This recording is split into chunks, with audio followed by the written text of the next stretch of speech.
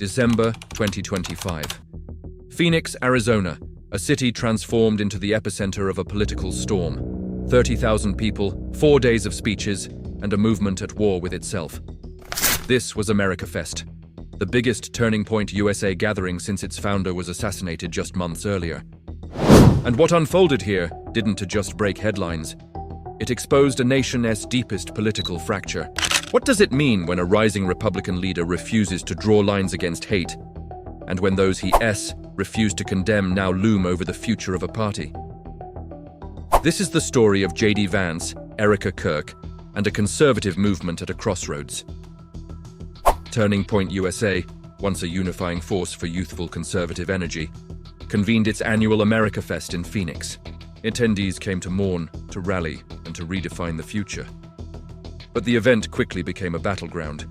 Deep divisions over anti-Semitism, questions about Palestine and Israel, and fierce clashes over who should lead the movement after Donald Trump dominated the weekend. Vice President JD Vance stood at the center of it all. In his closing speech, instead of denouncing bigotry and extremist voices within the right, including figures embraced by some factions, he drew a line only around patriotism. "If you love America, you have a home here," he said, refusing to impose purity tests on conservatives. That stance stunned many political observers and sparked a fierce debate inside the Republican Party. JD Vance, a U.S. senator turned vice president, is widely seen as one of the likely heirs to the Trump Republican coalition, though he has not formally declared a 2028 campaign.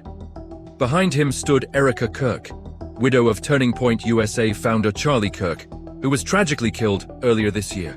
Erika has taken the reins of the organization and threw its weight behind Vance, pledging to help elect him as the 48th President of the United States. "We are going to get my husband's friend JD Vance elected for 48 in the most resounding way possible," she declared to thunderous applause. Across the conference hall, other familiar conservative voices battled for influence. Ben Shapiro, lambasting what he called conspiracy and extremism, Tucker Carlson, rejecting efforts to denounce controversial figures, and Steve Bannon, igniting old feuds with newly prominent commentators. Analysts say this political moment is about more than just personalities. It's about the soul of a movement.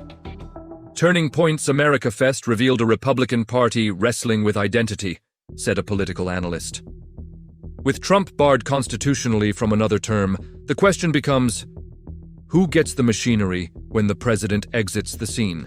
Other commentators warned that avoiding red lines on bigotry could embolden extremist undercurrents within the party, potentially alienating swing voters and moderate conservatives.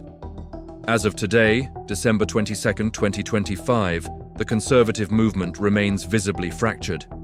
Some Republican leaders, like Senator Rand Paul, have explicitly declined to endorse Vance for president, citing ideological differences, particularly regarding trade and free markets.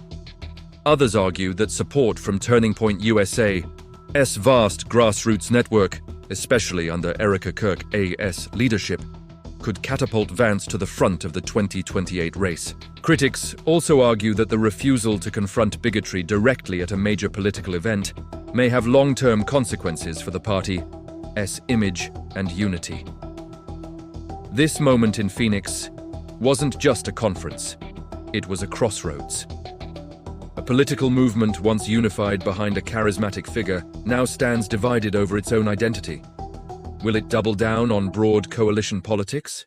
Or will it embrace a narrower, more ideologically charged path? The answer may determine not just the GOP's chance in 2028, but the shape of American conservatism for years to come. In every age of politics, there comes a moment when leaders must decide not just who they want to win, but who they want to be. What America witnessed at AmericaFest may very well be one of those moments.